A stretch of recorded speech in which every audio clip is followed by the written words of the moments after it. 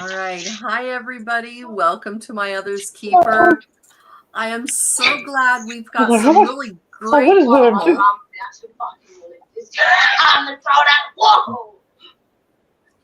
Cosmic, hi.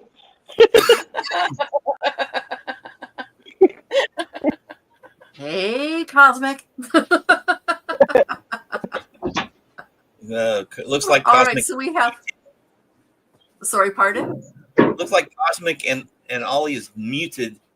Yes, it looks like they have muted themselves. Okay. I'm here. Are you? That lovely voice. Okay. Hey, Cosmic. There we are. Hi, Down here. Cosmic. Hi. All Yeah, right. there's background noise, so I'm trying to not let too much background noise come in. All right. Okay. Hi So everyone. Usually I'm patient and I mute myself until I'm able to bring my voice, but I'm here. But it's just like only if you say, Oli, it's your turn. oh, no.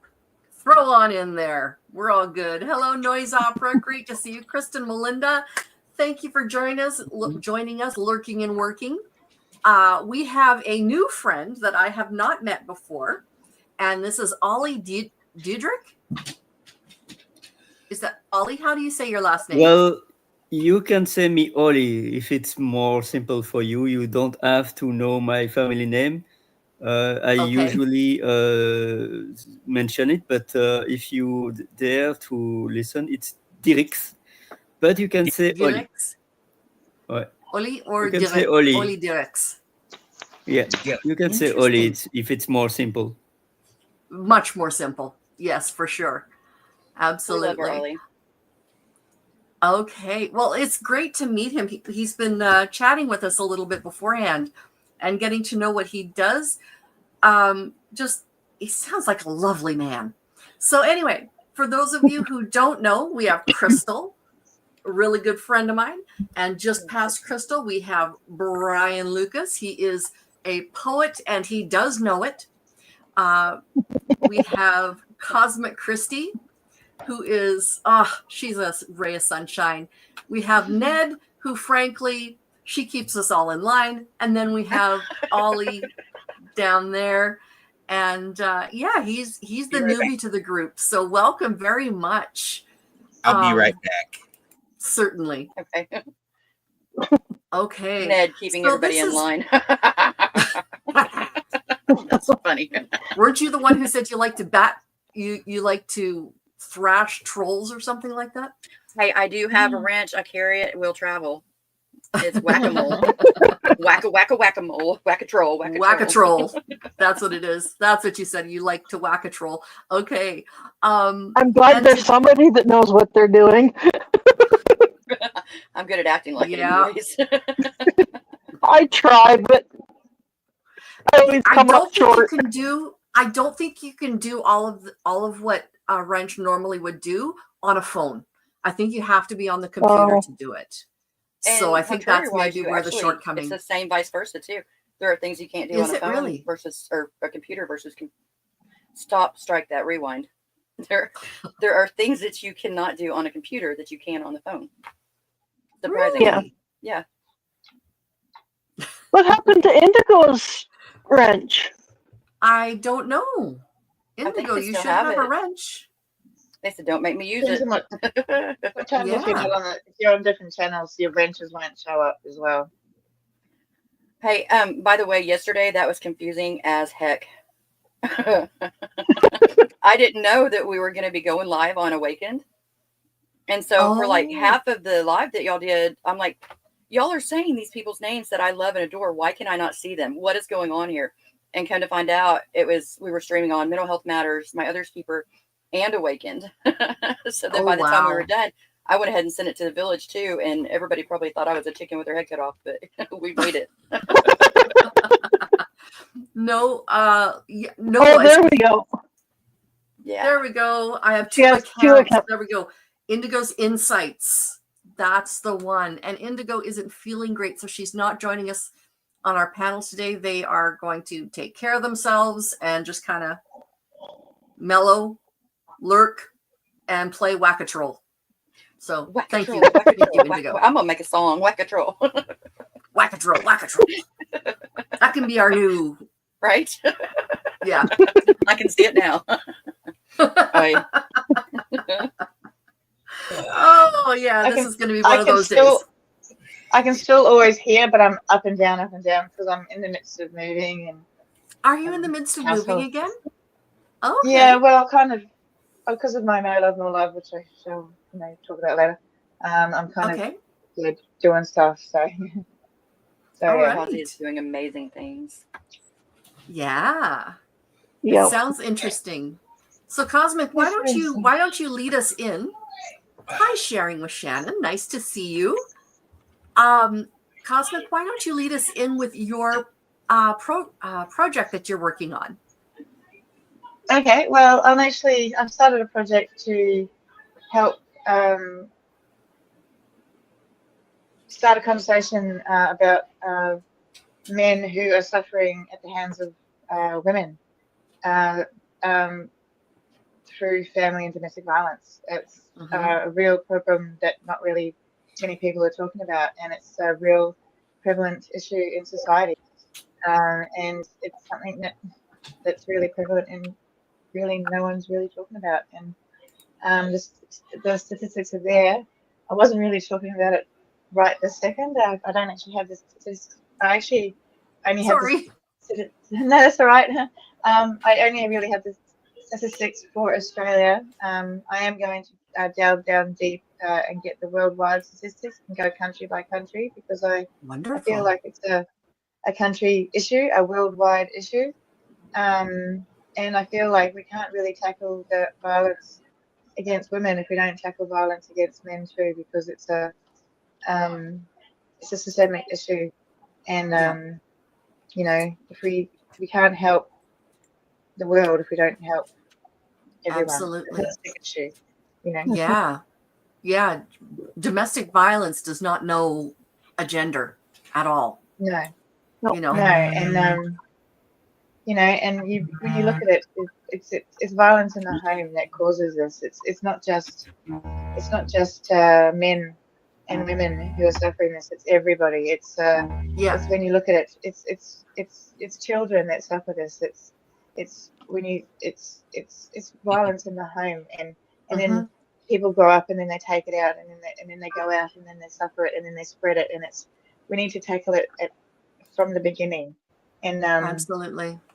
Yeah, and I feel like if we go out and look at the hurt that men suffer and recognize that they're suffering at the hands of their mothers and their wives, and start talking to them and recognize that they're suffering hurt. And I really want to start talking to them and recognize that they're suffering hurt.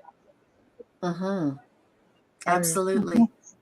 And it's, we shouldn't compartmentalize, and but I recognize that we shouldn't compartmentalize, but there has been compartmentalization, and it's been just recognized that it's just violence against women right now. There hasn't been any recognized that there has been violence against men, and that's where I'm coming in. And and I've suffered at the hands of men, and and I feel like because I have been such a victim from my whole life, and I've seen what the damage my mother did to her partner, my stepfather, who eventually took his own life in front of my eyes. Sorry, trigger warning. I found him. So I saw the damage right in front of my eyes. For sure. So I would like to stop that and heal. I would like to heal, and I feel like I'd like to heal. I've seen the damage, and I'd like to stop it. And I feel like No Love, More Love is the start of this. And I'd like to take the message out there. And I feel like this grassroots campaign, and needs to start with a voice. And why can't it be yours, right? Yeah. And I've absolutely. I'm pretty pushy, and I've got a big voice, and and I've got a loud voice, and I'm ready to start. And this is my life now, and I'm ready to take it out there. And someone's got to do it, and why can't it be me? So I'm ready to go. Oh, that's awesome. Cosmic, I'm anything ready to I go. can do, or probably anybody in the panel here, we would love to support you in any way that we can. Okay, so if there's an announcement you need to make, or if there's a presentation you would like to practice, even you can practice here. I need a lot of practice. Okay. Now, you. this is something that I have seen on some United States ads, but it started actually out in Canada. And this is a sign that was started out in during COVID times. So, for example, a woman is talking to her family for Thanksgiving, and she can't, of course, get to the family, so she talks on Zoom. And that's how this all started. She's like, oh, everything's fine here. Life is good. I can't tell you how wonderful my husband is being. He's been so gentle and compassionate lately. The act of thumb in, fingers down is a silent cry for help. And yeah. And so the most recent, hey, Daniel, the most recent advertisement I saw was, it was an American ad about a young pregnant woman on a train, and her partner was just yelling and screaming, and she was just standing there with her head down and her hands behind her back, and behind her back she was doing this over and over, and the people behind her recognized that this is the sign for help. I'm in danger. Help me, please. I can't get out of this. And it is something that, like I said, I've seen it in American ads now. I would love to see it in Australia or in Belgium or wherever. Just being able to have that as a silent cry for help. Man, we need those. We need those in a big way. So, yeah. Support Ollie. Awesome. Okay. So, Ollie, I had you introduce yourself to us behind the scenes. Why don't you introduce right back. yourself? Yep, certainly.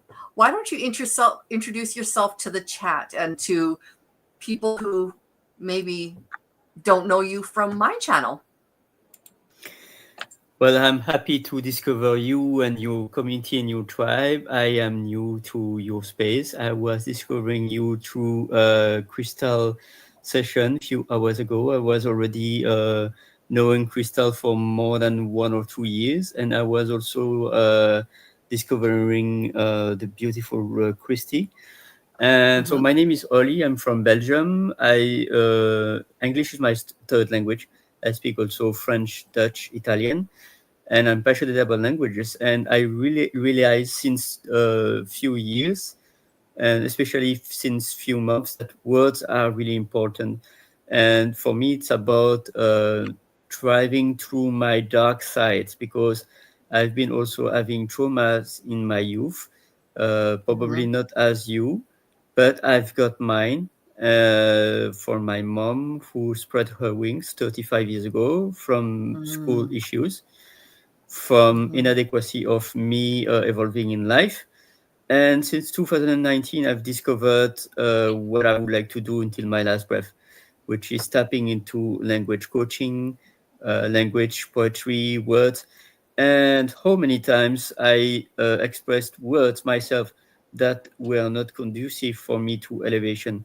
And it's the same with expression, like could be expression or could be words, like you hit the nail on the head, something like that. Yep. Or dead on, or deadline, or you are killing it, you are crushing it, Yep. it is a blast.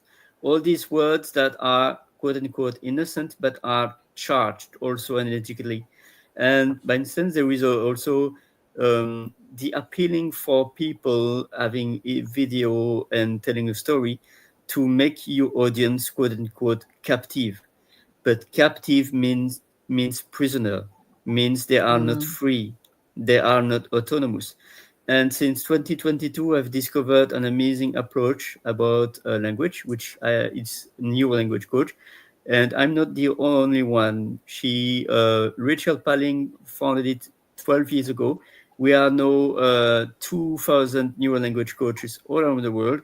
And the aim is to help our learners, no matter the language spoken. We have more than 13 language in the coaching training, but there are more than 200 languages that we are, because we are 2,000 New Language coaches.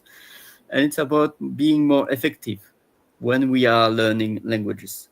So that's it. I'm happy to give more details after, but I'm mindful about my time. And thank you so much for letting me introduce. Bye. Thank you very much, Ollie. Yes, what you're doing it's a service simply because you are taking people's trauma and informing the language around it. And that is so important, especially when we're talking today about healing. Words that we use are powerful. People don't realize that the words themselves have power.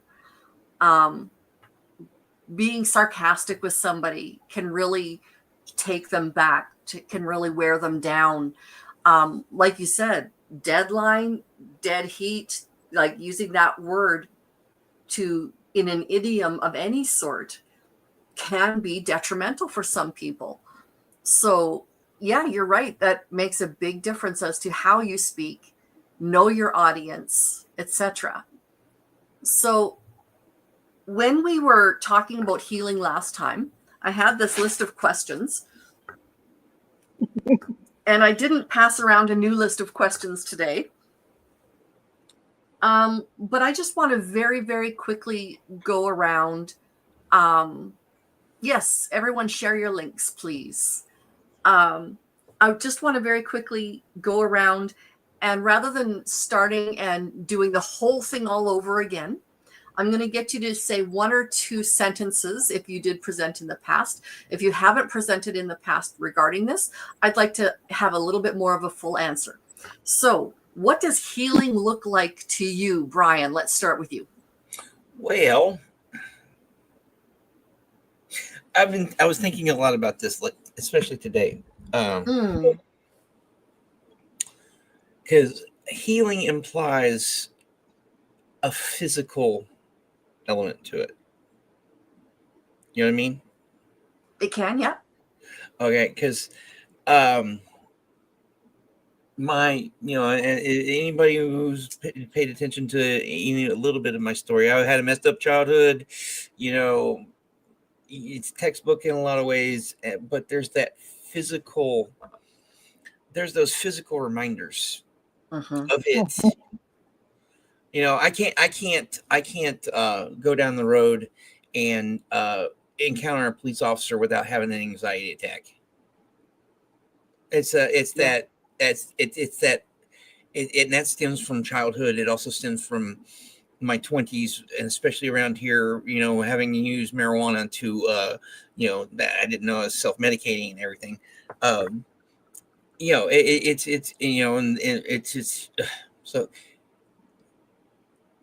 So there's that part of it, the physical manifestations of it, and there's also the acceptance part of it.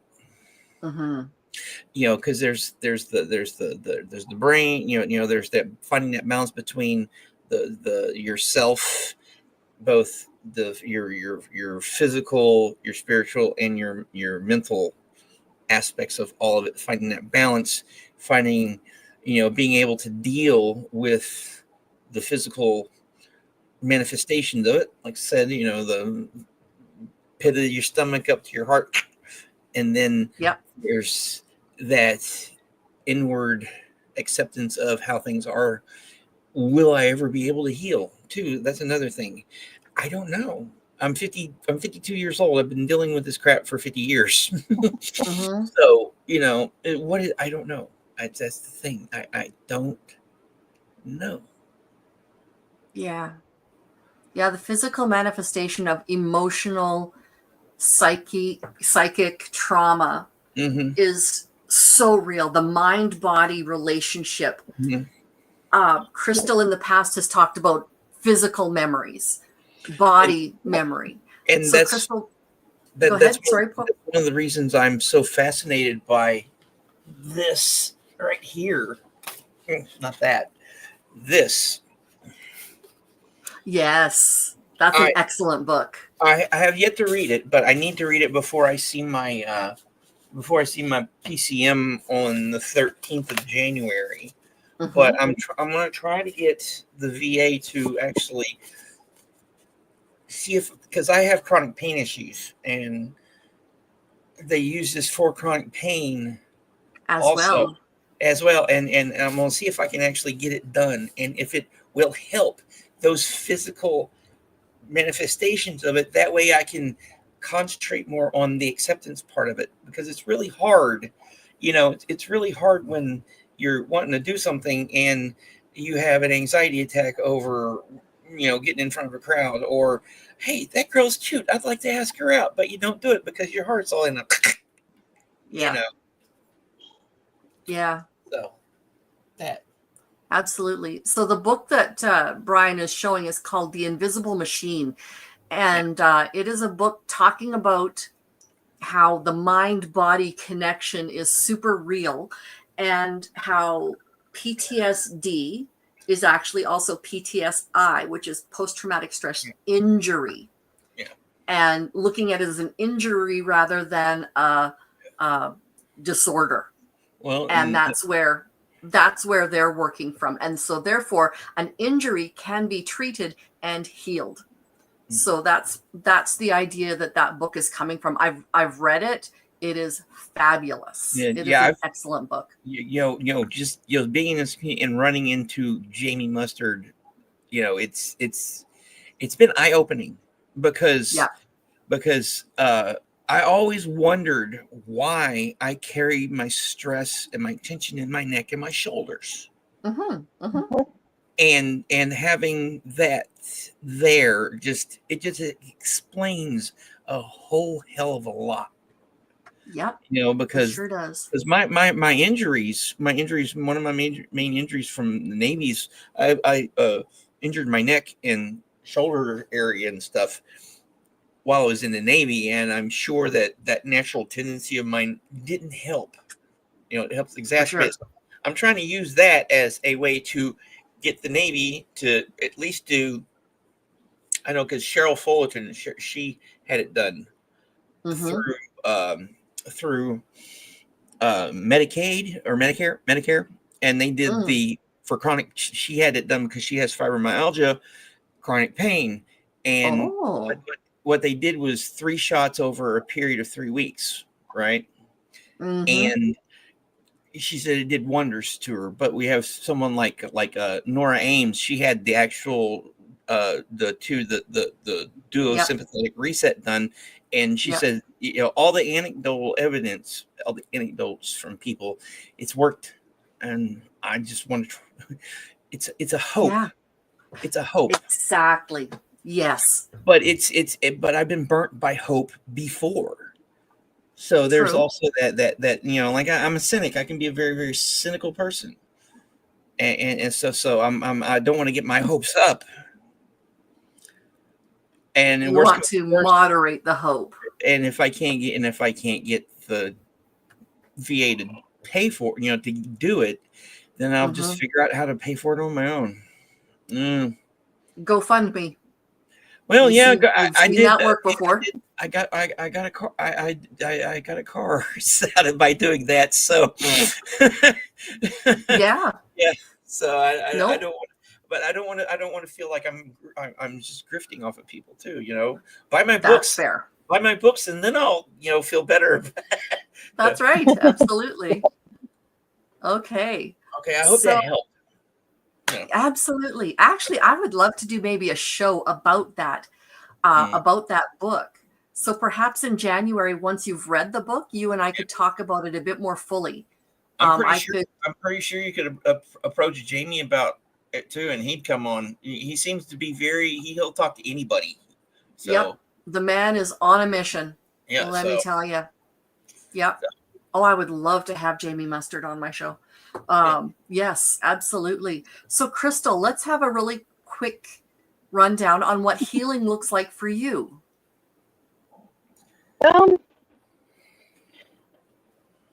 Sometimes it depends on the day. Mm. Yep. Mhm. Healing is something that has been a constant for me, Mm-hmm. but it's also something that every now and then I see little things that let me know that I am healing. Mm-hmm. Mm-hmm.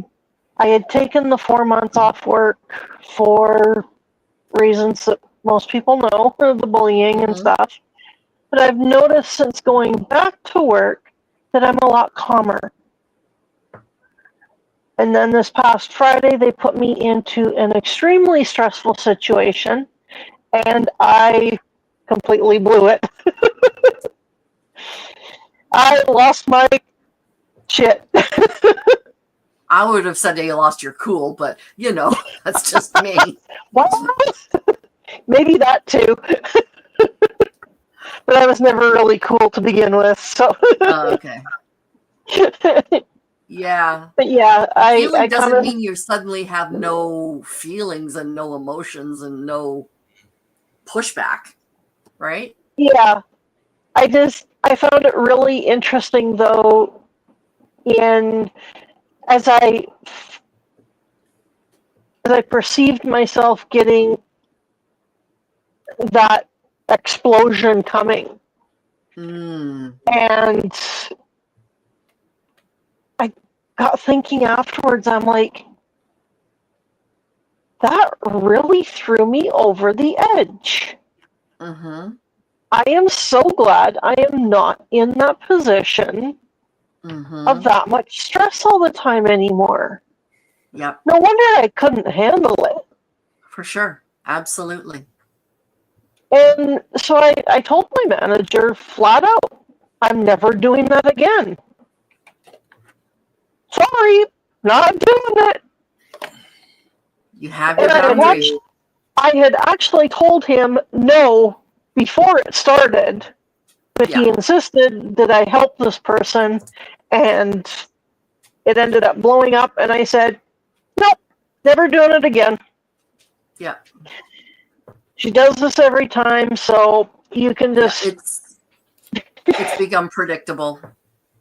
And I think he saw the change in me during all that happened. Mm-hmm. Because he's been training other people to do that job.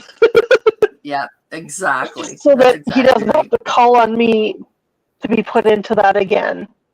So I saw healing in both the time that I spent away from work and how I'm better able to communicate, maybe. Mm-hmm. No, you've been much better. And how I've been a lot calmer. And have been able to keep myself calm. And that has been huge. I'm not quite as reactionary, but I've also been having flashbacks and memories again and everything. But it's also a good thing because I'm putting pieces together that had never... I knew the pieces were there, but there was never... I didn't realize that they actually meant different things than what I thought. They were just, okay, that was a bad situation and made even worse from this, and this. Not realizing that a couple of them actually went together to create what the complete memory was. Absolutely. So yes. it's a river. It's yeah. It's changing, Brian. It's not a straight. I call it riding the wave. Yeah, absolutely. It's ups and Whitewater rafting. it's like a sine wave. It's like a sine wave. Yeah, I was trained electronics technician when I was in the Navy, so it's like a sine wave. Up implies down. Down implies up. When you hit the bottom, the only place you can go from there is to the top, and from the top, the only place you can go is down.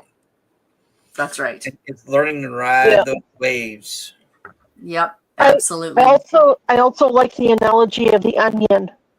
Healing is like an onion. You peel back one layer, and when you're ready, you peel back another layer. And you keep seeing these new layers that need to be dealt with as you peel back more and more. It reminds me of Shrek. I love the movie Shrek. I'm not a parfait. Yes.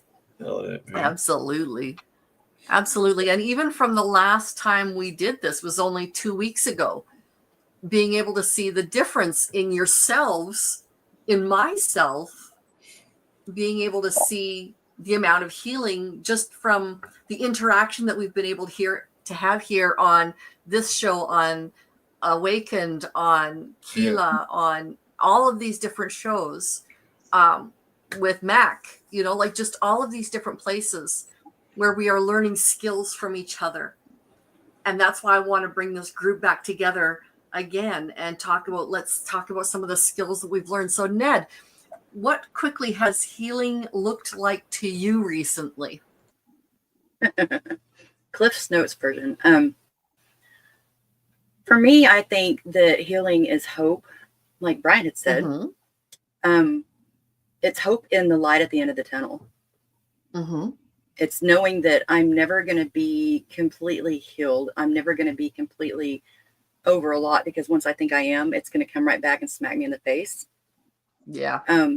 It is like Crystal's doing, growth and acknowledging myself and acknowledging that there are broken pieces, and being thankful because there's others around us who are willing and want to and see the beauty in ourselves, like we do in you, Crystal, to help by picking up those pieces and performing kintsugi. You are all growing. We are all growing. And we are all doing so incredible in what is happening. And I think part of that in my version of healing is knowing that I don't have to do it alone. There are others that are willing to do it with me, and we can do hard things, like Keela says. Yeah. Healing is knowing we that lift I will each be other broken. up. Yeah. Yep. Absolutely. It's okay to be broken. Yeah. It's okay to not be okay. Mm-hmm. We're still breathing. Mm-hmm. And the light at that end of the tunnel will be there. We just got to keep on going forward. Exactly. All right, Ollie, what does healing look like to you? Well, I've been listening to amazing gems, and I so agree. Healing is not a muscle. Healing is not a checkbox; it's a muscle, and we will never fully heal. But at the same time, I feel like it's a choice. It's a will at some point to say, enough is enough. I'm transforming. And as a neuro language coach, I don't deal with trauma because I'm not a therapist. But at the same time, I feel like I have to treat my own traumas so that no matter what happens in or out my coaching sessions, I am not activated. So it's when something happens and you are able to be stepping back. There is the SOS technique, which is, it's one thing to know it, it's another thing to practice it, but it's stand back, observe, and steer. Observe not only what is outside, but also within. Ooh, what do I feel right now? And it's to be able to breathe, to pause, sometimes to get out, to not be too much confronting with the thing. And it's also to make peace with our body and to say, okay, by instance, I was having the metaphor of the glass of wine. Sometimes I drink a glass of wine. It's not like I was never alcoholic, but I don't like so much to drink wine. But it's okay. It's just to say, okay, this today I don't feel it. I don't drink it.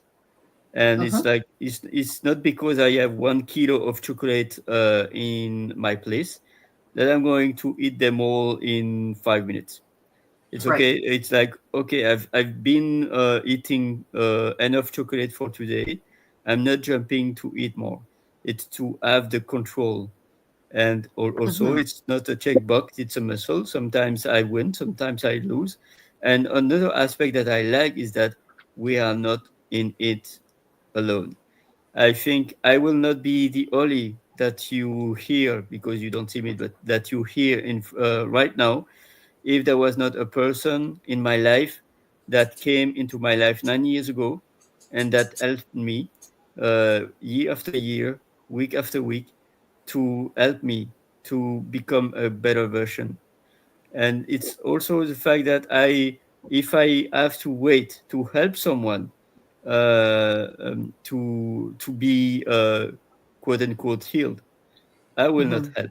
We are all in our mud. We are all in our traumas, and we are helping each other. The main thing is to also listen, to be in their space.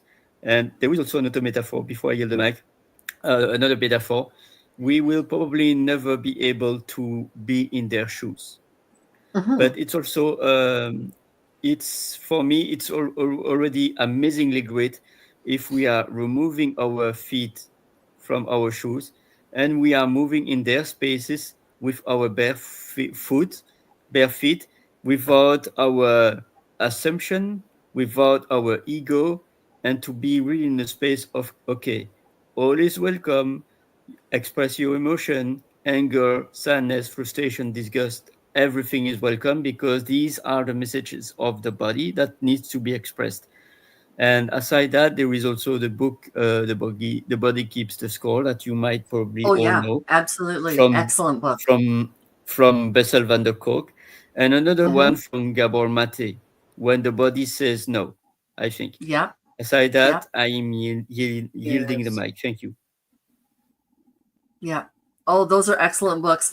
And I like the image that you brought forward with take your shoes off. You can't walk in. I can't walk in Crystal's shoes, but I could take my shoes off.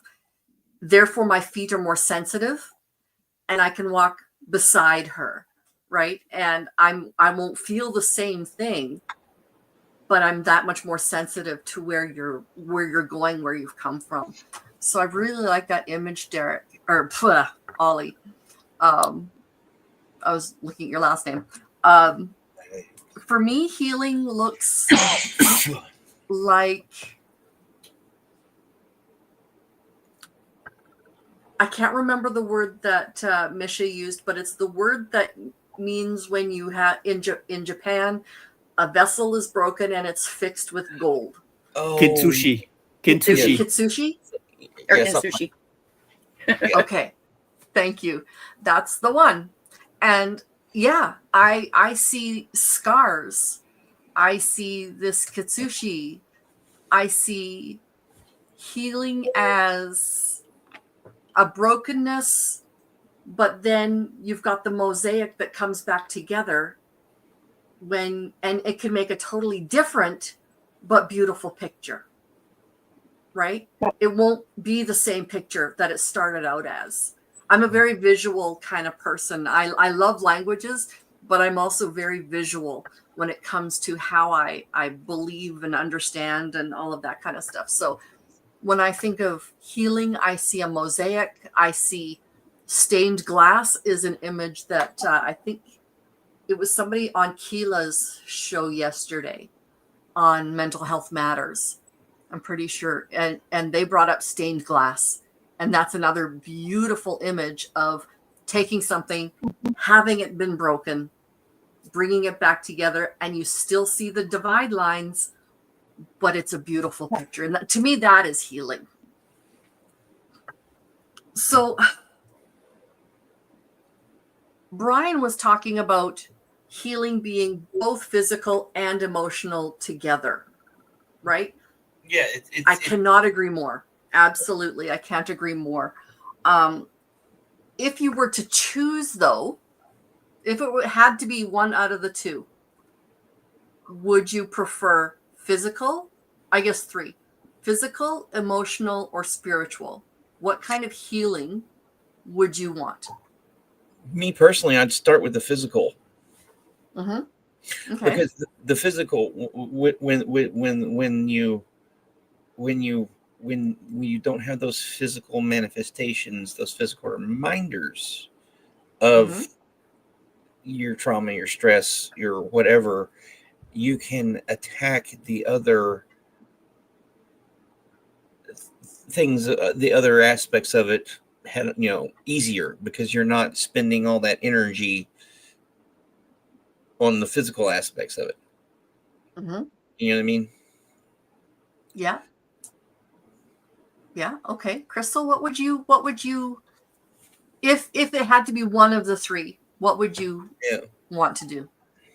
Well, when you threw that spiritual one in, that kind of threw me off. But throwing that one in there, that would definitely be the first one I would deal with. Mm-hmm. Because when I'm walking in my spiritual faith, Mm-hmm. I am more able to deal with emotional things that are coming up. And in dealing with the emotional, the pain lessens, the physical pain lessens. Mm-hmm. So they, as Ollie says, everything is interconnected. Absolutely. So yeah. And I know for a fact that when my body is starting to hurt a lot more, it usually means I'm needing to deal with something emotionally that is coming up or spiritually that is coming up. Mm-hmm. And when I deal with that, and when I'm doing my work and dealing with my crap, I am more likely to not feel the physical pain as bad. Okay. Absolutely. Misha, how about yourself? If you had to choose between physical, emotional, or spiritual healing, what would you go for? Maybe first rather than instead of the others. Thank you, What would you aim Kasia. for first? They all go hand in hand. They For me do. personally, it's spiritual. Mhm. And that is because everything that I do when going through my belief, my faith, it's not, this life is here for me, but I am here for a purpose. And that purpose for Mhm. me, and I keep saying for me because I don't want to sound like I'm all trying to be preachy or anything like that, because I'm not. Mhm. My belief is love and to do unto others. And my Lord, it's hard. This is such a tricky thing. I hate this because, we have to taint our words, or we have to watch our words because they're so tainted nowadays because of this or that. And that's not what my belief is. My belief is just the only way that I am here right now is because of my faith. It's nothing that I have done personally. It is everything has been given and led in pathways that's led me here, whether it be good, whether it be hard, whether it be, everything is through that. And whenever I am focused on that, life is easier because my emotional is better grounded. When my emotional is better grounded, then my physical is better. And otherwise, I stay in chaos. You can tell if I've read my Bible that day and I started out my day that way, everything else goes so much smoother. And you can tell that I have not been reading my Bible lately. I have not been in my faith. And it's a wake up call to myself, you asking this question, because I know we touched on it last time too, but we have to find what works for us. We have to find what makes us become motivated. We have to find what makes us move forward. And we have to stay focused and grounded in that. And then everything else will fall into place. I think a lot of why my healing and why my body hurts so badly, I'm not well, so then I gain weight. my feet hurt. So then I gained more weight because my feet hurt. And it's just like that, constant roller coaster, that hamster wheel. Yeah, exactly. Yeah. Ryan, just Sure. rolling, and then constantly getting flung Mm-hmm. because Yeah. I'm not going the way I'm going against all odds. I'm going against the way that I'm supposed to be going. And so for me personally, that would be my answer, spiritually, and everything else goes. Yeah. It's like physically you feel like crap, so you feel like crap, so you feel like crap, so you feel like crap. Exactly. And then you feel like crap for feeling like crap. You feel like crap. You got to get off your butt, but you feel like crap, so you don't get you feel too much like crap to get off your butt. It's breaking that negative feedback loop. That's the hard thing to do.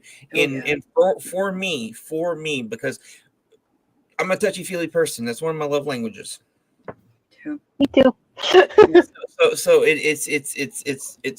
it's part of that right there. It's like I said, from the physical to the spiritual, the mental to the spiritual, and then back to the physical, back and forth. It's a whole cycle, and it's finding balance, and That's balance. and for me, the thing that preoccupies me as far as all that it's the physical manifestations of it. Like when I think about scenes from my childhood that I'd like to write down, I get that anxiety attack about it. And then I think, the embarrassment, this, that, and the other, it's all, you check all the boxes off. It's all textbook, but if I can conquer that the hope is if I can conquer that physical manifestation of it, then it will be easier for me to deal with everything else. So Yeah. So it comes back to in healing, there's both it does imply a physical aspect to it. Just Again, it just goes intertwined. Yeah. Yeah. I think I'm similar to Misha. If I had to lead off with one of the three, like continue with all three, there has to be. And I'm sorry that I separated that out for both you and Crystal. Okay. Ollie, I forgot to talk to you. Ollie, let's hear about you. If you had to start off with physical, emotional, or spiritual. Poor hamster. Woo! That's what happens. Okay. Boom. That's what happens. Okay, let's get back to Ollie. If you had to start off with physical, emotional, or spiritual healing, which would you start off with? Well, my word is refuse to choose. I think I have to tackle both of them. I would say priority. Both of the three, but priority will be probably emotional, because it's about the way to express emotions. I would feel also that no matter what, I have to embark my body, because I am living in my body on Earth. I am feeling less and less man and more non-binary. I feel like an angel in a soul in a human vehicle, and at the same time, my body is my messenger. My vehicle on Earth is my messenger. If I don't listen to my body will knock until. That's why the reason I was in burnout. So my body gives me message, and it's not. It has to be listened, and to not be blamed. I have to love my body and my billions and billions of cells that are collaborating since 48 years to maintain me alive until my last breath. And it's about tackling all like a lasagna, and saying that it's an adventure, and also to ask for help, to be able to express on space. And before I yield the mic, there was a word that I was discovering few years ago, and I need to embody that more and more. It's differentiation. It's to be able to say, I'm not going to follow a group because I don't feel I belong to this group. Before in the past, I was saying yes to a lot of things in groups that made me feel shit and crap. And now I rather prefer stay alone with God, Jesus, and my angels, and with people Mhm. that are truly seeing me as I truly am, rather than to Mhm. fit in groups for the sake of belonging on superficiality groups. Thank you. About Thank dang you, time Ollie. you That joined the is, village. yeah, I am so glad you joined us. Yes, this is wonderful. You Ollie belong has a dearly. lot of wisdom to give us, and I really appreciate that. For myself, if it was a choice between the three, I love what Ollie said about prioritizing rather than excluding, and I think that's an excellent idea to put forward to bring and continue on with. For myself, though, I would probably say spiritual. I agree with Ned. Spiritually, if I was not, like, I could be physically in a hospital bed, emotionally down in the dumps, but if my spirit is being fed, if my spirit is being reassured, etc., if I'm able to rely on my faith, which I tend to do, I won't lose hope. Like what Brian was saying, you can't lose hope. And so that's where I don't. And so my spirit would lead probably my emotional, because I've always put my physical last. Mhm. And it's just been a pattern for me. So, I mean, I don't do things physically for myself that I know I should, right? So it would be my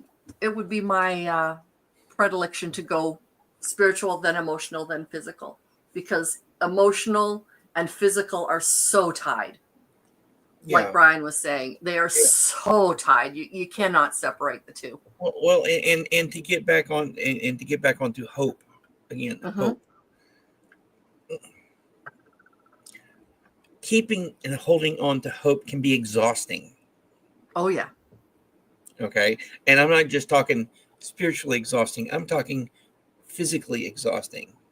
Mhm. And what do we do when we're tired? We tend to, no wonder people, succumb to addiction and everything. I've had to deal with addiction in my own life and in my family. It almost destroyed my family, you know, Mhm. you know, at one point. It killed my brother, Mhm. his addiction did, and my other brother, my other brother is in rehab, and hopefully he's getting his life together, you know. Mhm. And it's exhausting. It's sometimes I'm just so damn tired, and I just want it to stop. That hamster wheel. I Slide so off. hear you. Oh, absolutely. Yep. That it goes right down to my bones. That one. Mhm. Yeah. And that's when I say, like, the spiritual aspect, I'll feel thin, and it's not the kind of thin I want to be, but Yeah. yeah, Right. yeah. With chronic illness, Mhm. whatever chronic illness is with me, it's been mainly most of my life. It's been up here because, relatively, I'm a healthy person, relatively speaking. I don't have a lot of the chronic stuff that a lot of people experience. Like my blood chemistry is great, my blood pressure is great. No really high cholesterol. I have some physical, my injuries and everything, that they're manageable, and all that's all manageable. It's up here Mhm. that's So let's. always been a little damaged. Yeah. Hmm. So let's just That that leads me just to a feeds quick right question into I would the like to next. actually. Yes. I was just going to say, I wonder how many of us have actually been diagnosed or could have been diagnosed, and you don't have to say, just it's a pondering thought, with fibro, because I truly believe that fibro and trauma go hand in hand. Oh, And yeah. I really Yep. think that's where the missing piece is, whenever it was so hard for them to even diagnose for so long. I think that is, along with CPTSD, I think fibro is hand in hand with trauma. Mhm. So just a question to ponder. There's No, a number of autoimmune diseases that are actually directly correlated to childhood SA and trauma. Yeah. And fibromyalgia, lupus, endometriosis, chronic fatigue syndrome, those ones are all. Lower back pain. I had actually, a number of years ago, I asked one of my gynecologists about the endometriosis. And he said, well, there hadn't been any research. Well, about 5 or 6 years ago, I was reading something and they had just done the correlation of how the two were interconnected. So I'm like, I knew that beforehand. Yeah. So, but that what Brian was just saying is what you do to heal. That's the next question. How do you heal in each of these areas? What do you do for yourself to heal? And let's start with Ollie this time. Well, I acknowledge what happened, because healing means that there is an activation that happens.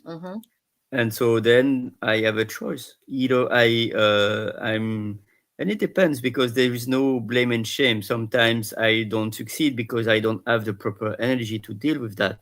And when the brain doesn't have energy, it goes to autopilot. But at the same time, when I'm aware and when I have the will, either it's at the instant or a few seconds or minutes later, as soon as I'm aware, then there is a choice. Am I going to work on it or not? Could be something, by instance, I could decide at the instant or few seconds or minutes later, when there is something and I'm reacting, I can go back and say, oh, by the way, I apologize. I was not acting properly. That's when I'm activated by someone and I'm reacting as an autopilot. And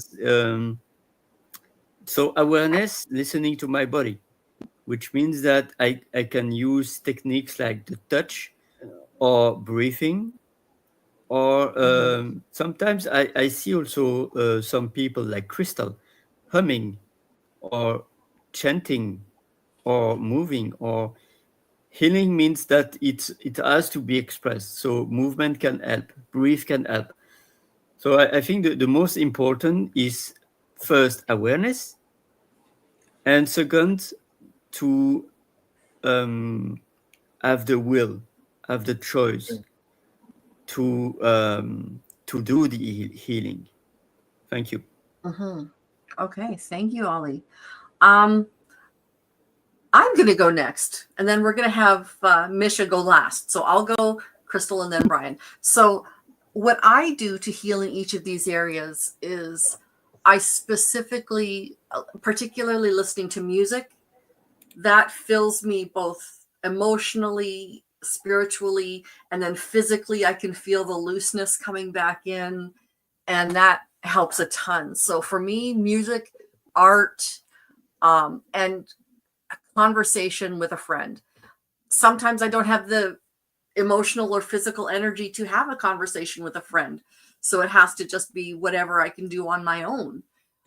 But I know that when I'm not doing well, I tend to isolate. So then sometimes I have to force myself out of that box into the uncomfortable in order to heal. Crystal, how about yourself? What do you do to help yourself heal?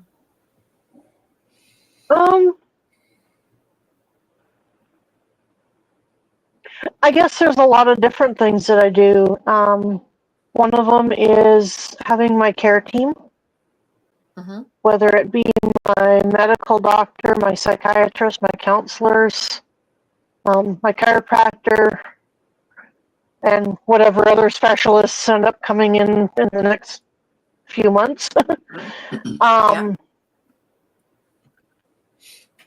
It's also connecting with people these past few months with connecting with all of you guys has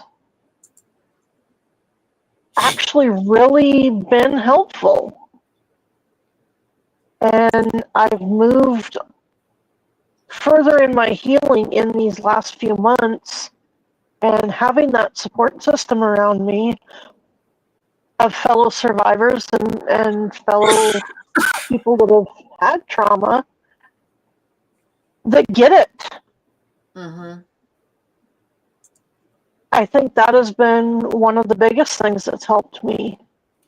There's also been journaling and other things that I've done that have been helpful along the way as well. Mm-hmm. Animal therapy, whether it's really, it hasn't been official, but anyone who has animals, regardless of what they are, you know that animal is helping you in more ways than you For can sure. imagine. Oh, don't For sure. Oh yeah. So, All right. Brian, how about yourself? How do you heal in each of these areas? Okay, well let's go with the physical first. Okay. Okay, let's go to this haiku I wrote. Haiku I wrote. Okay, how I got. I deal with the physical aspects of it with this cannabis, Mm-hmm. which goes into a haiku I wrote about it called "My First High." Mm-hmm. It goes, in a cloud, all my tension, 17 years worth, an unknown weight, gone. In a cloud, all my tension, 17 years worth, an unknown weight, gone. So that can lead to negative consequences and everything, because I don't like taking pills, and I tried antidepressants in my 20s that didn't really work, I think the worst thing about 50s, 60s is stigma therapy at the time. 50s. Oh, therapy. Oh yeah. So that's what I do for the physical stuff, and then also for my other issues, my chronic pain and I have digestive issues and stuff. For when it comes to other things, like I like to listen to a lot of Alan Watts. And to get back to you can scroll up here, let me take a minute. What a Rolling Stone said, I would encourage anyone with chronic pain and difficulty that one. Yeah. Difficult to treat conditions to look to Eastern medicine. Well, it's for that spiritual, for the lack of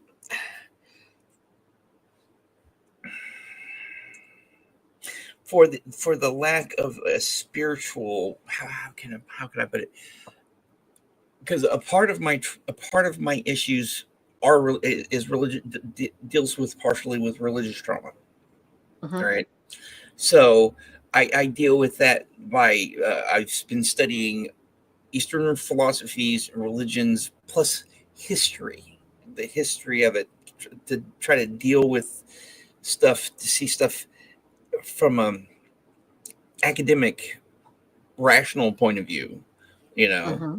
because I've always wanted to know about stuff anyways, but you kind of get what I'm saying. I'm trying to, it goes from one thing to the other. If I'm feeling bad, and I'm feeling down, I'll listen to a lecture about ancient Mesopotamia to get my mind off of stuff that might be going along. Or if I'm if I've got this, spiritual anxiety or anything, I'll listen to Alan Watts. Or if I'm just down, I'll, take a hit off the vape.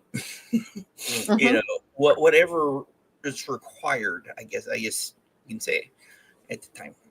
So, You can kind of mix and match yeah. when you know what you're feeling. Mhm. Then you know which area to access. Yeah. All right. Essentially. And so Misha, I believe you are next. How do you heal in the physical, emotional, spiritual areas? Well, Brian and I have so much in common. It's just crazy. I love the researching, especially of the old religion aspects. I love Tartaria. I love the mud floods. Just because there's so much out there that we don't know. And so I can dive down rabbit holes and get my brain to where that it is not thinking on my current. I'm bad about disassociation. And so I have to watch myself. I'm now more mindful of this. I wasn't aware of having it at all until just, the last year or so. And so I have to try to stay more present. But I enjoy a good research. I enjoy the good rabbit holes. I enjoy those.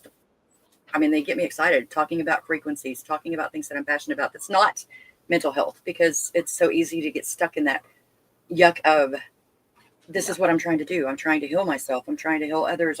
Which I can't. It's not a possibility. We can't fix others just as much as we don't need to be fixed. But trying to be there and trying to do all these things, I just have to remember to take a step back. When it becomes too much, I have to say, okay, stop. And sometimes I have to ghost. Sometimes I have to call my kids, and God, if they were with me all the time and I would just hold them all the time, then life would be good. But they refuse that. So, just my family, my friends, and just trying to stay mindful and being aware of what I have to do and how I can do it. That is where I'm at the moment for healing. I'm not doing a great job of healing, but I'm trying to. I am working on looking at that light at the end of the tunnel and keep going forward. Well, every step you take forward, doesn't matter how far forward, it's still forward. Right? It may come with the accompanying backwards too, but that's okay. Accepting that. And not because it's not exactly, it's not a straight line. But the key is, if you take 4 steps forward, try not to take 5 steps back. Yeah. Well, tell that to my dadgum neurodivergent brain. Well, sometimes you need to take those 5 steps back. Oh, Crystal, you are so right. You are. Because you have to continually learn. And sometimes, I know with myself, sometimes my memories don't come up the same. Like little bits and pieces come at different times for the same memory. And so it's getting more complex and more rounded than maybe the first time the memory came up. Yeah. And then you can deal with it in a better situation. Yeah. So yeah, there's times you have to go backwards. So wise. As hard as it is. Yeah. So just taking a second look at whatever it is, right? Yeah. And like Joel said, knowing that we don't have to go through looking at those things by ourselves anymore. Exactly. There's no judgment, just being open, sharing, and learning and growing together. So glad you found your way, Joel.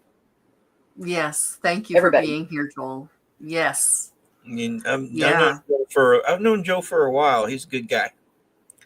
Awesome. Yeah, he was one of the original through the SPTV community. Ah. Yeah. So we've been interacting for almost 2 years. It's been that long. Yeah, it's been that long. It's been a while. Wow. Nice. I just want to say what an amazing panel this has been, and amazing chat. Yeah, I'm loving watching the chat. So if you guys are thinking that I'm not paying attention, I'm paying attention, but I'm also watching the chat. So, Indigo's got this one. if I can find a way to work smarter, not harder, like buying pre-cut veggies instead of prepping myself, or finding ways to alter my approach. Yep. Sometimes, buying the pre-cut veggies is what you need to do. And that might be my new thing. It's like, okay, what am I going to do? What am I going to do? I'm going to buy pre-cut veggies. And by that, I mean, I can use that as the symbol for smarter, not harder. I like it. For me, I started buying, I had to start buying frozen vegetables because I could buy the fresh. Well, the fresh would go bad in the fridge before I had a chance to cut it up and cook it. Yeah. So Well done. Well done. I do the same. That's right. I actually had Ollie does the same. Although I actually had to throw out some frozen broccoli I had in my freezer for 2 years. I think by then it's about done. Yeah. I had to throw some out because I microwaved it the other day and forgot I microwaved it. Oh, no. I got to the point of doing everything that needs to be done except for just the eating. Yeah. You're right. Who hasn't done that, though? I mean, really. Yes. But I'm glad that was mentioned because I was supposed to be marinating some ribs. Oh. And, yeah, I hadn't gotten to that. So we're not having that for dinner tonight. Yeah. Yeah, it was still broccoli. It was just freezer broccoli. It was more broccoli than it was before. Let's see. Yeah. Yep. Well, one of the things that I'm really proud about myself doing these last 5-6 years is that because before I was broke Ollie, and now I am Ravi Ollie.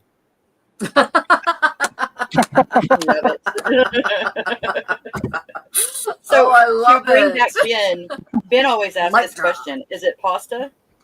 Is it pasta? Is it pastry? I would need to call hear it Ben. pasta because you have to boil it or steam it. Right. Yeah. Can I throw out a couple of things? There are some people in our village that really could use some extra 1s, 3s, love, prayers, all of the aboves. Yes. One is going to be our 7th son. Mm. If we can definitely lift him up. And then also, okay, I got to read it. Okay. Kazi ended up, there was a cyclone. It's a minimal, it's nothing of danger to her. She is safe. Okay. But that's Okay. the reason that she had to dip out. So she just wanted to let everybody know that. And she is going to be trying her hardest to go live later this evening. So she can continue this and her, Yes. everything that's going on. So keep an eye out for that. I'll be Okay. posting it. If she does, I'll be posting it in the village for definite. Awesome. Okay. I probably won't be joining that simply because I need to pay attention to my husband sometime today. It's only fair. Those husbands, I swear. I know, right? So needy. I know. Speaking of husbands and maintaining relationships, so how do you maintain your health in the physical, spiritual, and emotional portions? And Ned, let's start with you.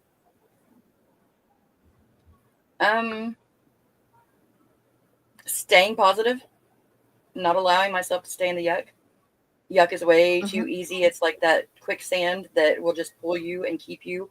And there's never any going anywhere, no matter how hard you try. And so trying to get out of that and just focusing on what I can do and focusing on results. That, and obviously, like I said before, if I stay within my faith, then I do much better. And so staying mindful of that. Yeah. But other than that, I'm just still working on it. I'm still a baby in the healing room. Aren't we all? Crystal, how do you maintain your health in all of those 3 areas?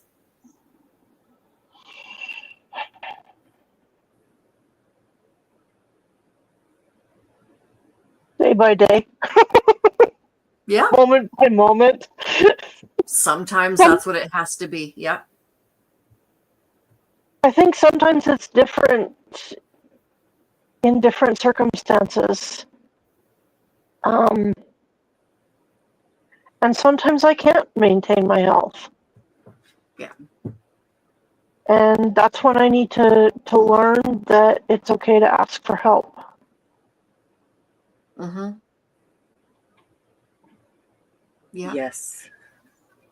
You have to show yourself grace, right?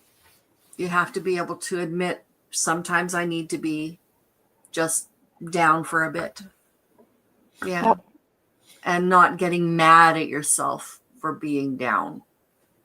I think that's a key. Ollie, how about you? How do you maintain your physical, mental, spiritual health?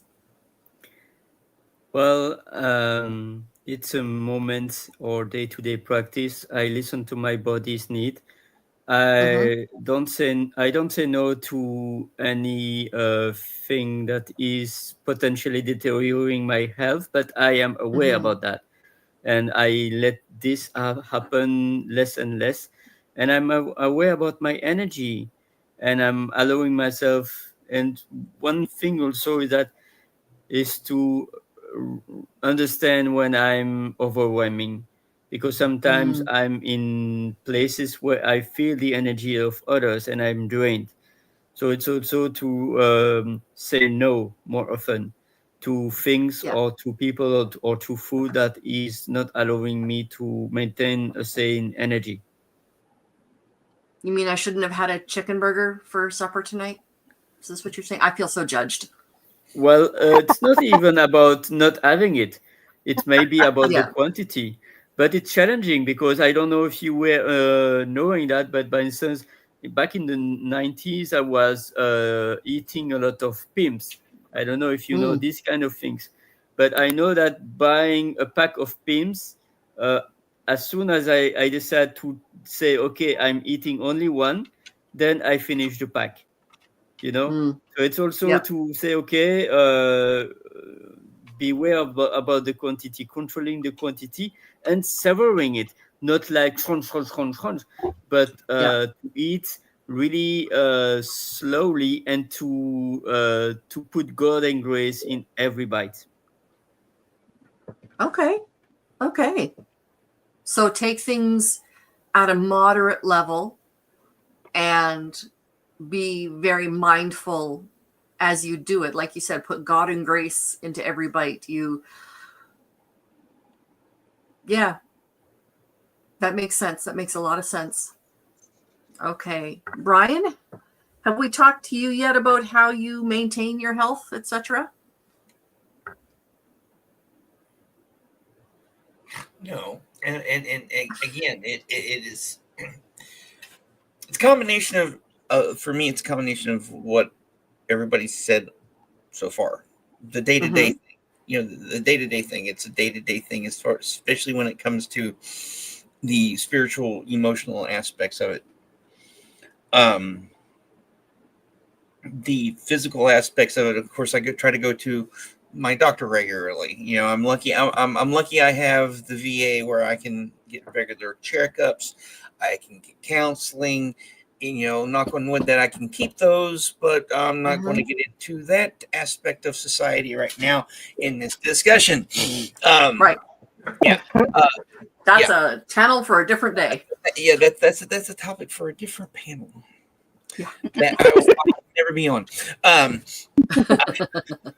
No, but it's also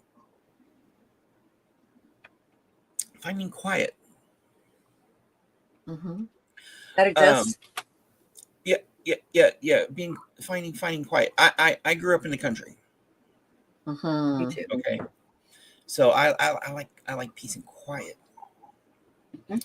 And when it's with the and I've had a lot of peace and quiet over the last 2.5 years because I've been with a vehicle and all that long story there, but it's finding that quiet, and the quiet without can help you with the quiet within. If there's all the hustle and the bustle of modern life, unplug from these damn things for a little while. That's what I do. I try to, Yeah. like I went on a road trip up to Missouri this past weekend just to go, and Nice. the only time I turned my phone on was to get some directions. And other than that, it was me and the road and the weather and life. No radio, no phone, no this, just going down the road. I'm not sure my ADHD brain would allow me to do that. But it was me and my thoughts and stuff. Honestly. But it was great. It was. Wow. So it's finding that quiet. I crave Yeah. the quiet. I crave the quiet, and I can never get it. Yeah, I miss the Yeah. 80s where there weren't all these frequencies everywhere. and it's Yeah. the quiet. It's the quiet in here too. Mm-hmm. And that's what meditation's for. I don't do as much meditating as I should. Mhm. And sometimes finding that quiet here is listening to a lecture on ancient Mesopotamia, Right. Or going down the road, just you in the silence, Mm-hmm. you know. Mm-hmm. Yeah. Oh, yeah. Okay. Who have I not asked about this yet? I used to sing the Yourself? song, Me. going to the country and a lot of peaches. Yes, we're gonna eat a lot of peaches. Why would you bring that song up? I used to sing that when things used to get crazy for me. I would be like, going to the country, gonna eat a lot of peaches. I can't sing good, but yeah, that song, it calms me down. I used to sing Really? that. I used to sing that song to myself when I would do bunk drills in boot camp. I could make, by the time I was done singing a couple certain part of the song, I could be done making my bed. Absolutely. So. Oh yeah. It helps. It's amazing when you find people that have the same kind of healing techniques that wouldn't make sense to anybody, and you're like, oh yeah, that does work. Oh yeah, absolutely. So for myself, how I maintain myself in these areas, I have found that this community, whether it be my channel, Misha, Keela, any of these, just this community of people, I find are soothing to my soul because I don't feel alone in places that I've been. I don't feel alone in my neurodivergence. I don't feel alone in my spiritual battles. I don't feel alone in my physical battles. And that, to me, to have that community, I like the silence, don't get me wrong, but that community is like a hug to me. That's, I need that. I really need that. Yes. So what can you do to help somebody else heal? Now that we've talked about our own, what can you do to help somebody else heal? What do you think, Crystal? What can you do to help someone else? Share your story. Mm-hmm. Because when we share our stories, we give somebody else maybe the tools or the ability to see that, oh, well, they've been through something similar and they've been able to heal or are able to be further along in healing than I am. So maybe it is possible that I could actually get better. Yeah. Yep. Brian, how about yourself? How would you help somebody else heal? Well, what Crystal just mentioned, Mm-hmm. the opposite of that is listening. Mm-hmm. Okay, because everybody's got a story. Mm-hmm. Everybody is the center of their own universe. Mm-hmm. Because Mark One Eyeballs is where we all, us humans, all, it all starts here, and then here, and then here. Mm-hmm. I remember I was remembering this today. There was times when I was a kid where I wanted to be listened to, Mm-hmm. and I didn't feel listened to, and I would try to get people's attention, and then I would get in trouble. Yeah. Yeah, yeah, and so it was, just silly little things, but talking, and listening, and that's where I have I have to work on listening more. Being more, because like I said, we're Mhm. all our own, we're all our own universe. As Mhm. selfless and as giving as we can all be. It's us and then everything else. So Yeah. so that's what you can talk. You also need to listen. Mhm. Absolutely. Ollie, how about yourself? How would you help somebody else heal? Well, both two previous answer was amazing. Telling your Mhm. story and listening. I would Mhm. say also reformulating, Mm. because I feel like listening is important, telling your Mhm. story also, and reformulating others' messages, so that the person is really understanding that the person is listened.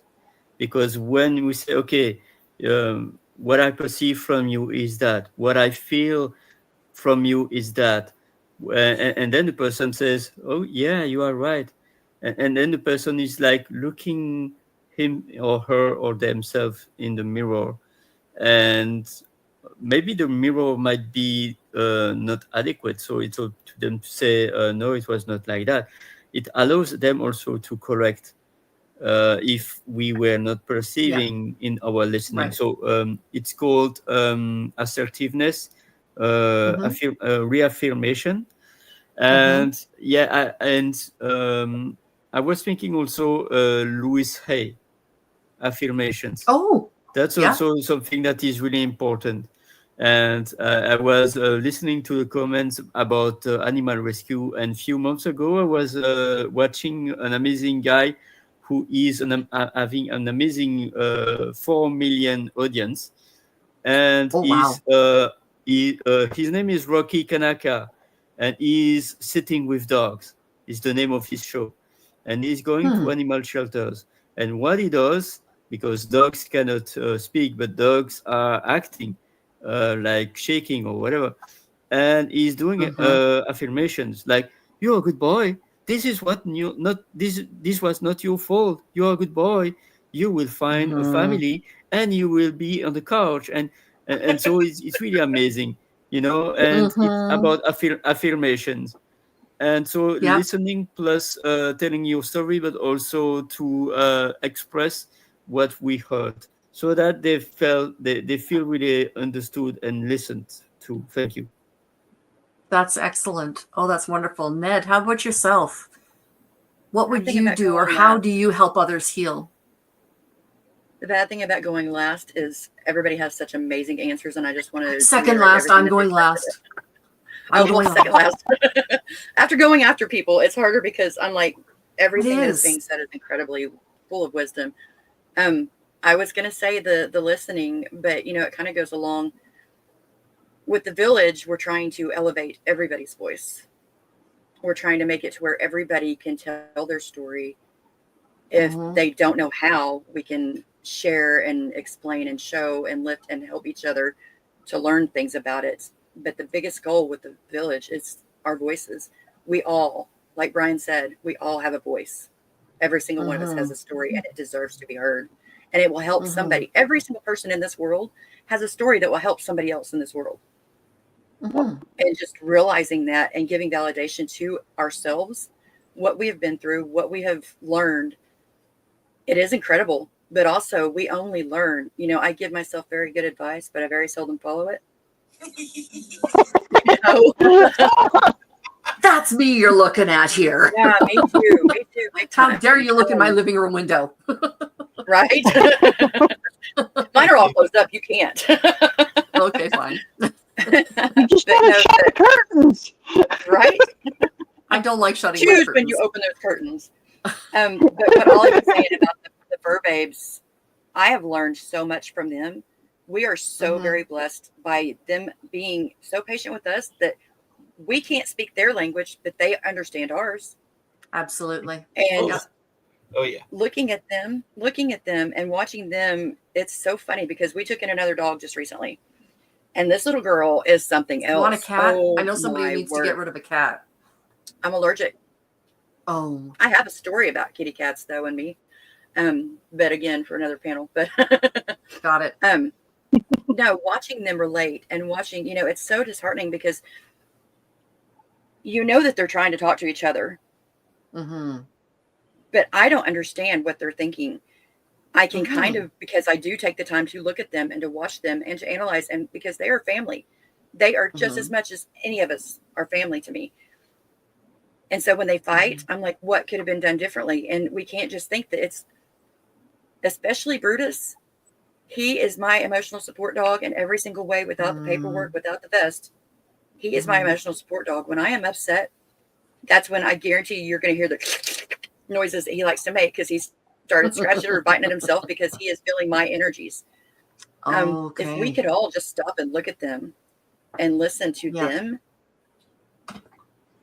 we would all be better off. And so as far as helping, it goes along to just being present for that person that needs you, but also boundaries, because I find myself sometimes in my trying to deal with my grief, with my pain, with my issues, I get myself uber busy and I get myself over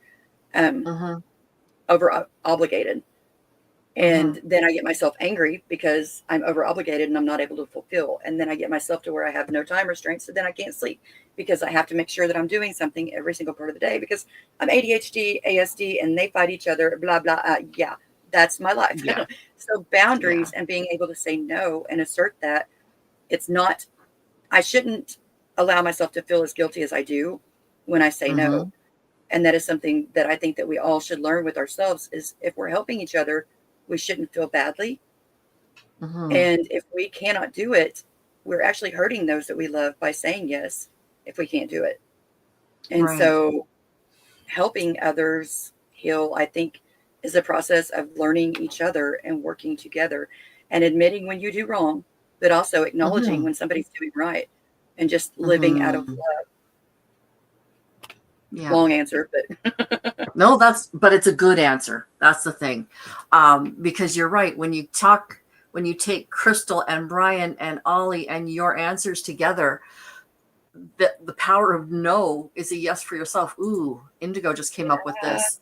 Yes, I am worth the same time I give to others. yeah. So I'm going to take everything that you all have said, and I'm going to say absolutely correct. And I'm going to add one more step. Realize that you can't heal somebody. Send them to a person who is able to do psychic healing, spiritual healing, physical healing. Unless you're a doctor, unless you're a therapist, unless you're yada, yada, yada, you are not qualified. You're qualified to listen. You're qualified to tell your story. You're qualified to open the space for somebody to heal. But you have to give yourself the grace to understand that you're not responsible for their healing. So like you said, Ned, those boundaries are essential. Yeah. Time. It took me 49 years to get this messed up. Why can I think that I'm going to get overnight success? Exactly. Rome wasn't built in a day. Neither was I. Neither was this trauma. Nope. And we are the That's perfect exactly package. We were right. messed up in shipping and handling. So we've got to understand and give that grace too. All right. Yeah. We lost Ollie. Yeah, no, he says good night. He had to go. It was 1 a.m. when if he's in Europe, he's Belgium. It's in like he had 90 minutes after we started, he had a class that he had to do. So he's starting his class now. Oh boy. Yeah, I know. Yeah. Anyways, so before we go our separate ways, I just want to say thank you, everybody, for being a healing presence in my life, in each other's lives, and we can all dance with Brian. It's my sister. I got to duck out. Okay. See you, Brian. Night, Brian. So glad to talk with you again, Brian. And then there were 3. then there were 3. Whoops. Hello. Hi, Alfonso. You're catching us right at the tippy end. So Alfonso, hi. thank you so much, everybody who has been in the chat, everybody who has shared their experience, everybody who has listened so well.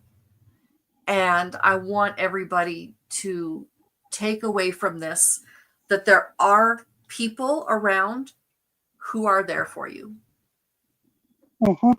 There are also professionals who will also be there for you, because I have to take it out of my own hand and realize I have my limitations. I hate admitting that, but I have limitations. And yeah, life is a journey on a wild road. That's for sure. It can be a rough trip sometimes, but it's being good to be here. Absolutely. So everybody, What a thank you ride. so much. Oh, he was able to catch the replay from the devotion. Oh, good. Okay. So tomorrow we will be having devotions again at, I believe, 2:00. Let me just make sure what time it is, because sometimes my life gets in the way. Yes, 2:00 devotional for tomorrow. Okay. And I don't know what the subject is yet, but it will be waiting for our celebration of Christ's birth. And then after the devotions daily, on the 24th, I'm going to have a special guest right there. And by there, I don't mean to be pointing at my friend Crystal. I mean to be pointing at the bed where she'll be sleeping, which happens to be where I have to point at the, yeah, anyway, she'll be here, physically present. And we are going to be talking about what Christmas means to us, the good, bad, the ugly, and the healing.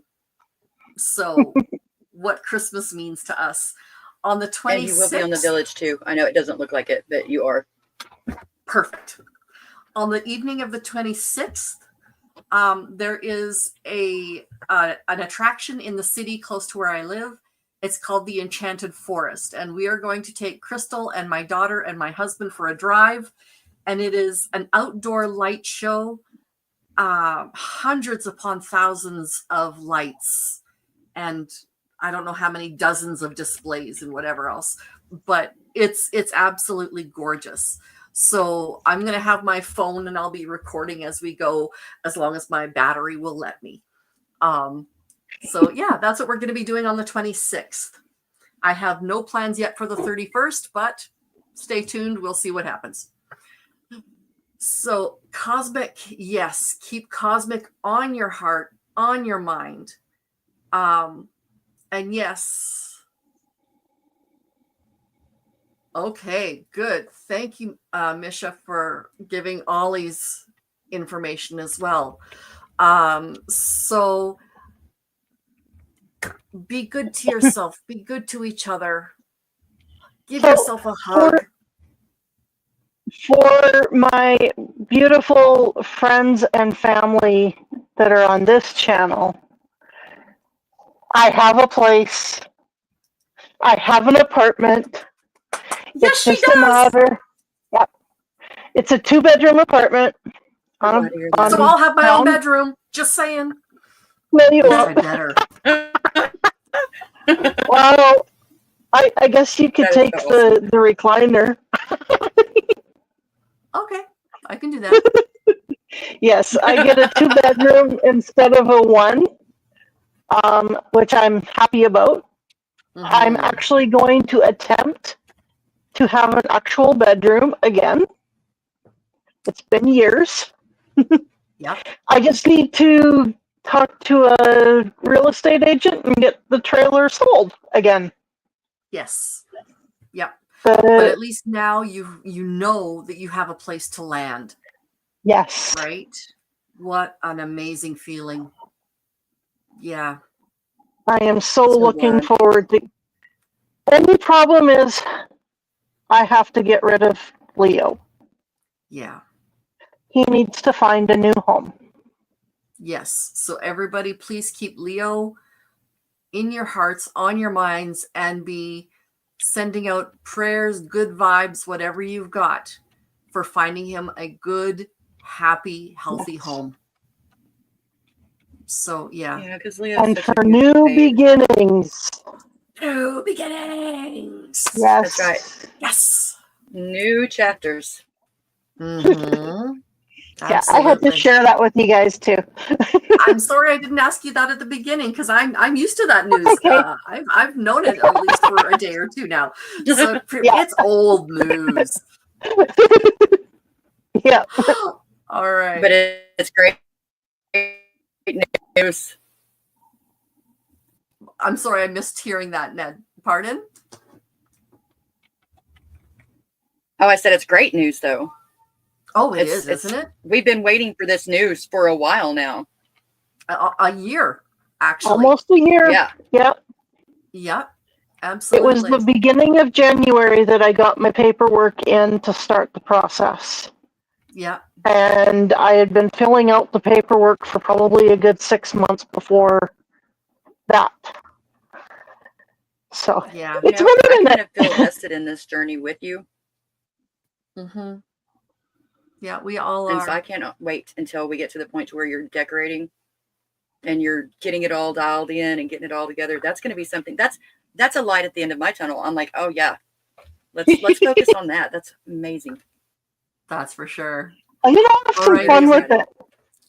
We're gonna have to get a video Yeah. of moving in, and if I happen to be there, I don't know if I'm going Yeah. to be able to be there, but if I happen to be there while we're doing it, I'm going to take little videos and stuff of the process, and I'm going to post it whether or not she Document agrees or not. So you don't have a choice there, my friend. But We just have to yeah, be careful. yes, we will absolutely. So yeah, this is it's been a wonderful evening. Thank you everybody for Yes, taking it has part. been. I just feel so good about this. I have 2 people booked in for January. Anybody want to come on? Oh no, I have 1 person booked in for January.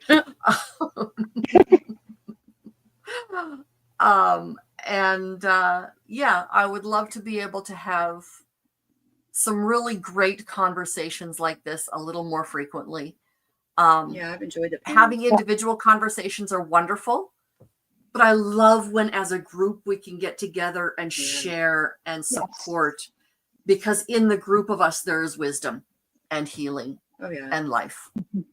So all I've right, enjoyed it. I've enjoyed everyone that I've been a part of, that I've watched. We got some good people around here. We do. We need a few more, but yeah, we do. Yes. Alrighty, folks. Have a great night, and I will see you tomorrow. Bye bye. Mwah, everybody. Right. Mwah.